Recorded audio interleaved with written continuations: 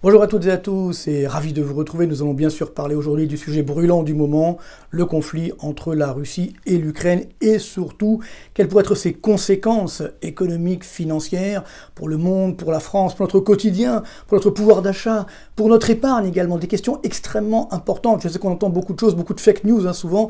On va comme d'habitude essayer de regarder la réalité en face avec des graphiques réalisés sans trucage. Alors bien sûr, on espère qu'il n'y aura pas d'embrasement de ce conflit, mais d'ores et déjà, il y a des premières conséquences en termes de sanctions, en termes d'évolution des cours des matières premières. Donc, voyons ça tout de suite dans le détail. Alors déjà, il faut se souvenir que malheureusement, ce conflit tombe très mal. C'est-à-dire, on sort à peine de la pandémie, 2 ans effectivement de pandémie, une récession dramatique, un rebond un petit peu technique, mais qui reste extrêmement fragile. Donc là, on voit la croissance mondiale, donc l'effondrement en 2020, le rebond en 2021, et déjà avant même le conflit, je dirais, entre la Russie et l'Ukraine, on a un ralentissement pour 2022, à peu près 3,4% de croissance mondiale, donc on passe sous la moyenne de long terme qui est à 3,5%. Alors vous allez me dire, oui, mais quelles pourraient être les conséquences? C'est vrai que la Russie, ce n'est que 3% du PIB mondial, donc ça ne va pas générer une récession mondiale, mais néanmoins, tout type d'incertitude est mauvaise, sachant que ça peut là aussi freiner les projets d'investissement un peu partout dans le monde, et ça peut également générer une augmentation des prix des matières premières, donc de l'inflation qui est déjà très élevée,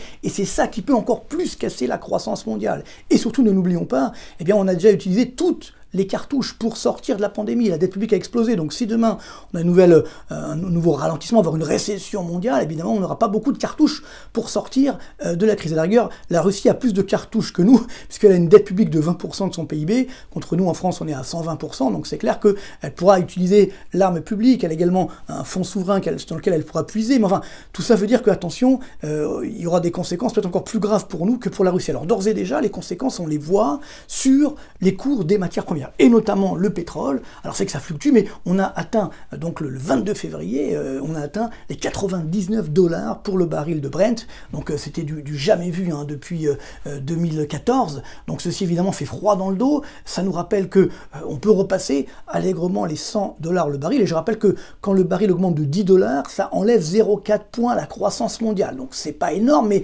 10 $ plus 10 $, on voit bien cette augmentation qui est assez nette depuis avril 2020, bien entendu. On était à 19 $ à l'époque, vous voyez, 80 $ de plus, et donc bien sûr ça se répercute sur le pouvoir d'achat. Autre problème, les prix du gaz. Là on sait évidemment, il y a tout l'enjeu sur l'approvisionnement du gaz en provenance de Russie. On voit la flambée des cours du gaz, ça a commencé déjà dès les premières craintes sur l'Ukraine fin 2021. Donc si on regarde bien, d'avril 2020 à octobre 2021, on avait 307% de hausse, ça a un petit peu baissé, mais encore aujourd'hui nous parlons, nous avons 240% de hausse. Là c'est le gaz naturel américain. Si on regarde les contrats sur le gaz naturel européen, alors là c'est des chiffres complètement fous, on est monté à 3000% de hausse entre mai 2020 et octobre 2021, et encore aujourd'hui c'est un petit peu baissé, c'est vrai, mais on est tout de même sur 2190% de hausse, enfin des chiffres complètement fous. Ça c'est les contrats sur le gaz naturel en Europe. Alors pourquoi cet enjeu sur le gaz? Parce que le gaz est en train de devenir la deuxième source énergétique mondiale, ça progresse de plus en plus, donc aujourd'hui c'est quasiment 25% de la demande mondiale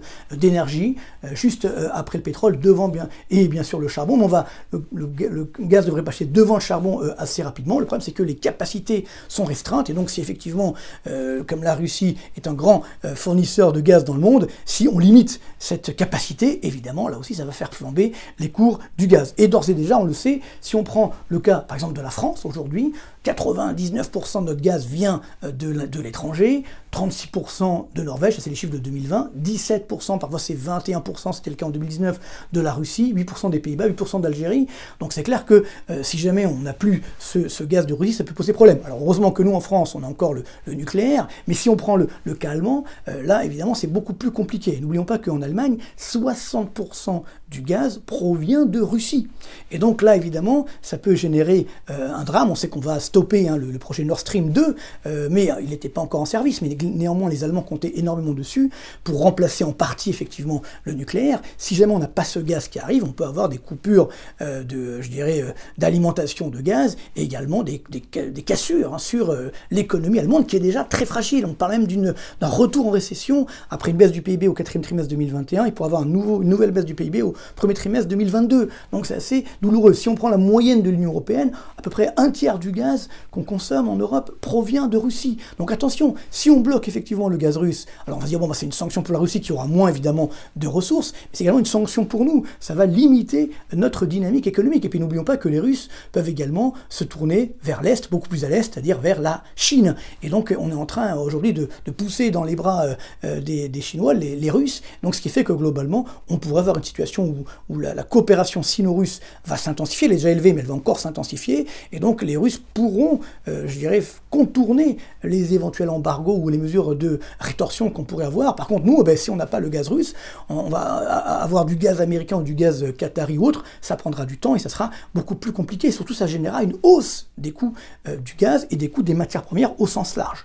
Autre enjeu de la Russie, le blé. Vous savez que la Russie également, avec l'Ukraine d'ailleurs, est un des plus grands producteurs mondiaux de blé. Et là aussi, on le voit, ça ne cesse d'augmenter. On est sur des plus hauts depuis novembre 2012. C'est les cours du blé ici, donc aux États-Unis, qui est le marché évidemment mondial. Et si on voit la hausse depuis 2020, on est à 78% de hausse. Et donc le blé, bien sûr, le pétrole c'est dangereux, c'est l'énergie comme le gaz, mais le blé c'est les biens alimentaires. Et donc là aussi, si on a une augmentation des cours des biens alimentaires, ça peut générer des dangers sociétaux en Europe et j'ai envie de dire un peu partout dans le monde. Et d'ailleurs, si on regarde l'ensemble des cours des matières premières, là c'est vraiment la conséquence. Déjà, on avait des pénuries, comme vous le savez, et là, avec cette crise ukrainienne, ça ajoute évidemment des difficultés. Et regardez, c'est les derniers chiffres du 22 février, c'est l'indice CRB de l'ensemble des matières premières, 147% de hausse depuis avril 2020. Vous voyez qu'on est sur des plus hauts là aussi depuis 2014. C'est extrêmement dangereux parce que là aussi, ça veut dire que ça va alimenter l'inflation qui est déjà très élevée. Et en plus, ne l'oublions pas, nous avons déjà des pénuries un peu partout,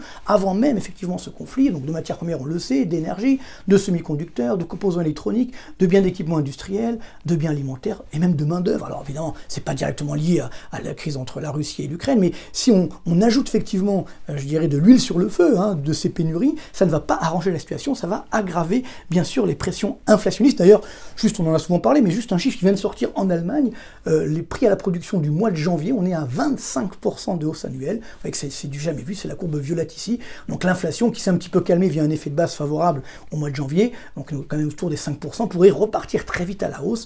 Donc s'il y a plus d'inflation, il y a moins de pouvoir d'achat, il y a moins de consommation, il y a moins de croissance, il y a moins d'activité, il y a moins d'emplois. Donc vous voyez, le cercle pernicieux est extrêmement dangereux. On ne peut pas se permettre le risque justement d'avoir un nouveau conflit qui dure. Et d'ailleurs, ceux qui anticipent bien ça, ce sont les marchés boursiers. Alors c'est que moi je vous parle, le CAC 40 rebondit un petit peu, mais néanmoins, si on regarde au 22 février, regardez les chiffres, depuis le 5 janvier, donc au 22 février, moins 8% sur le CAC 40, moins 10,3% sur le Standard & Poor's 500. On voit ici donc ces fortes baisses. Et j'ai envie de dire, tout le monde est concerné, y compris les fameuses valeurs de croissance, parce que tout est prétexte évidemment à faire dégonfler les bulles. Si à la rigueur la bourse n'était pas chère, on pourrait se dire bon, ça va se passer, on va réussir à éviter le pire. Mais sauf là que comme nous sommes sur une bulle, la moindre contrariété peut évidemment faire exploser cette bulle. Et là on voit le Nasdaq, ça y est, c'est reparti en très forte baisse. Regardez, moins 16,7% depuis le 19 novembre 2021. Donc on a une tendance baissière qui se généralise et qui concerne notamment, y compris les valeurs du numérique. Autant les valeurs du numérique ont été portées par la pandémie, là, avec un conflit, des incertitudes autour de la Russie, des matières premières, etc.,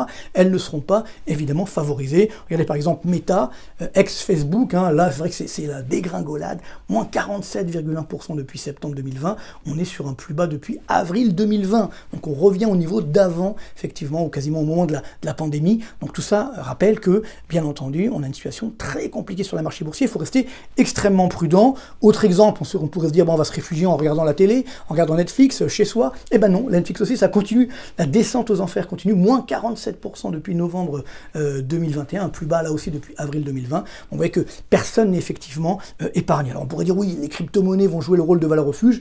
Ben non, encore une fois, désolé, on a bien cette tendance. Donc là, on voit le Bitcoin, par exemple, il y a d'autres crypto-monnaies qui sont encore bien plus mal en point, mais néanmoins, on est toujours sur une baisse d'environ 50% depuis le sommet de novembre dernier. Donc on voit que bon, il y a des essais pour remonter, mais il y a bien une tendance baissière durable, parce que là, aussi, on se dit finalement, est-ce qu'on va pas réglementer, etc. Donc, vous voyez, tous les éléments des bulles sont en train de ressortir lorsqu'on a effectivement des crises géopolitiques, par exemple, comme c'est le cas aujourd'hui, surtout qu'il y a de l'incertitude qui est créée, donc qui génère, là aussi, beaucoup de craintes. Alors par contre, il y a une valeur refuge qui est bien là, c'est l'or. Effectivement, ça c'est vrai qu'on est un petit peu surpris, l'or n'avait pas suivi vraiment l'augmentation de l'inflation. Là, c'est les cours de l'once d'or. Vous voyez, on est repassé à 1900 $ l'once.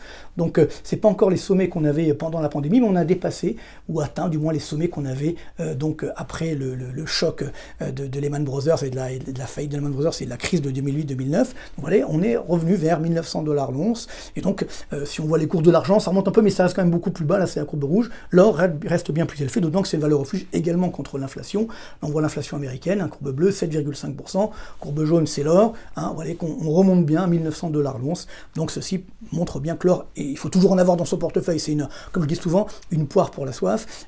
Ça permet d'éviter justement les mauvaises surprises, comme on a pu le voir dernièrement. Alors par contre, il y a eu une bonne nouvelle, entre guillemets, de cette crise ukrainienne, entre guillemets, c'est que ça a généré une petite détente des taux d'intérêt des obligations d'État. Et oui, on s'est dit, s'il y a une nouvelle crise, les banques centrales vont pas remonter leurs taux, elles vont pas arrêter la planche à billets, donc les taux d'intérêt des obligations d'État vont rester bas. Alors ça joue un petit peu, mais là on voit les taux d'intérêt à 10 ans donc, de l'Allemagne, c'est la courbe bleue, là c'est la France. Alors c'est vrai qu'on était monté à 0,8 sur la France, là on est à 0,7. Donc ça a un petit peu baissé, mais ça reste quand même élevé. Même sur l'Allemagne, on est toujours nettement positif, alors qu'on était négatif il y a encore quelques semaines, on est autour des 0,2%. Donc ça montre bien qu'on n'a pas perdu de vue que malgré tout, malgré l'Ukraine, comme il y a énormément d'inflation, les banques centrales vont devoir réagir, au moins arrêter la planche à billets. La remontée des taux d'intérêt des banques centrales viendra peut-être un peu plus longuement, sera peut-être un peu moins forte, mais néanmoins elle sera là. Donc ça veut dire que, j'ai envie de dire, dans cette crise ukrainienne, personne n'a à y gagner, que ce soit les marchés boursiers, sur les marchés obligataires, les crypto-monnaies, et évidemment notre économie, notre épargne. Donc il faut vraiment souhaiter que ça s'arrête là, qu'il n'y ait pas d'escalade, parce que là c'est évidemment le grand danger. Si effectivement la Russie va plus loin en Ukraine, et s'il y a d'autres États qui se mêlent, etc., ça pourrait être une vraie catastrophe. On n'a vraiment pas besoin de ça. Donc oui, retrouvons un monde normal, mais évidemment sans guerre, ça serait là, effectivement le plus important. Donc c'est ce qu'on souhaite, qu'on trouve finalement un accord. Je pense que Poutine a eu ce qu'il voulait, l'Ukraine également n'a pas forcément envie de rentrer dans un conflit, on va pas rentrer dans la géopolitique. Alors après, bien entendu, parfois les égos des dirigeants sont différents, on ne sait pas trop ce qui peut se passer, mais néanmoins d'un point de vue économique, c'est vrai que cette crise ukrainienne tombe extrêmement mal, elle va aggraver le ralentissement économique qu'on devait avoir pour 2022 et surtout en augmentant les tensions inflationnistes. Donc grande prudence, notamment sur les marchés obligataires, sur les marchés actions. Sur le long terme, ça rebondira bien entendu. Il faut rester prudent. Il y aura beaucoup de volatilité. Ce sera justement les montagnes russes par définition, puisqu'on gré des mesures, ça fluctuera sur les marchés boursiers. Et donc il faut faire le dos rond en attendant un marché plus sain pour 2023, où là ça remontera, on va dire, de façon plus nette, plus transparente. Mais on aura, ça c'est le plus important, dégonflé les bulles. C'est ce qui devrait donc nous se produire en 2022. Donc armez-vous de patience, c'est le cas de le dire. Portez-vous bien, même si la pandémie est en train de se terminer. Heureusement, il faut quand même être prudent. Et là aussi, on sortira, les crises sont toujours des phases d'opportunité, on sortira par le haut de cette crise comme des autres. Merci beaucoup, bonne continuation et à très bientôt.